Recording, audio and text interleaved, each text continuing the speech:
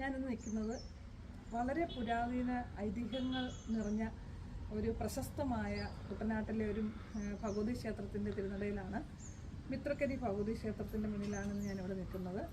ഞാനിന്ന് ഇവിടെ എത്തിച്ചേർന്നിരിക്കുന്ന എൻ്റെ മകനും എൻ്റെ അമ്മയും കൂടെയാണ് ഇവിടെ എത്തിച്ചേർന്നിരിക്കുന്നത്.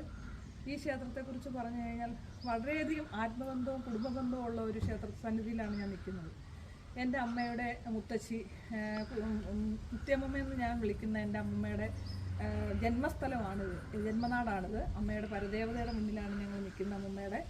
അമ്മയുടെ കുട്ടിക്കാലത്ത് അമ്മ വള്ളത്തേൽ അമ്മുമ്മയായിട്ട് ഇവിടെ നമ്മുടെ സ്കൂൾ അവധിക്കാലം ഇവിടാണ് അമ്മ കഴിഞ്ഞുകൂടിയെന്നുള്ളത് അമ്മയിൽ നിന്നും അറിഞ്ഞ അറിവിലൂടെയാണ് ഞാനിവിടെ എത്തുന്നത്.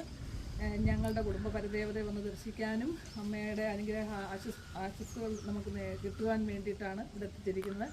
ദേശപരദേവതയായത് ഈ അമ്മ ഇവിടുത്തെ ജനങ്ങൾക്കും എല്ലാവർക്കും എല്ലാവിധ സർവൈശ്വര്യങ്ങളും കൊടുത്തുകൊണ്ട് വളരെയധികം ഐശ്വര്യ സമൃദ്ധിയോടുകൂടി ഇവിടെ കുടികൊള്ളുന്നു.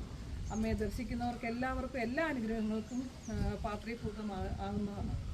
ഞാൻ ആദ്യമായി പറയട്ടെ, എൻ്റെ പുതിയൊരു യൂട്യൂബ് ചാനൽ തുടങ്ങിയിട്ടുണ്ട്, മാണിക്യവീണ എന്ന് പറയുന്നത്. അതിൻ്റെ ഒരു ഉദ്ഘാടനം കൂടിയാണിന്ന് ഞാൻ ഈ തിരുസന്നിധിയിൽ വെച്ച് നിങ്ങൾക്ക് സമർപ്പിക്കുന്നത്. എല്ലാവരും അതിലെനിക്ക് വേണ്ടി സഹകരിക്കണമെന്ന് അഭ്യർത്ഥിക്കുന്നു. ആദ്യമായി ഒരു ശ്ലോകത്തോടുകൂടി തുടങ്ങട്ടെ.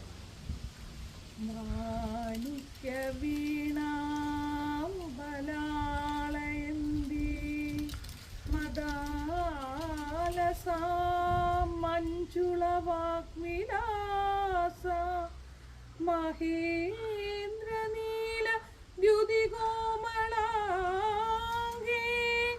മാതംഗകന്യാ മനസാ സ്മരാമി ചതുർഭുജേ ചന്ദ്രകലാവതംസേ കുജോന്നതേ കുങ്കുമരാഗശോണേ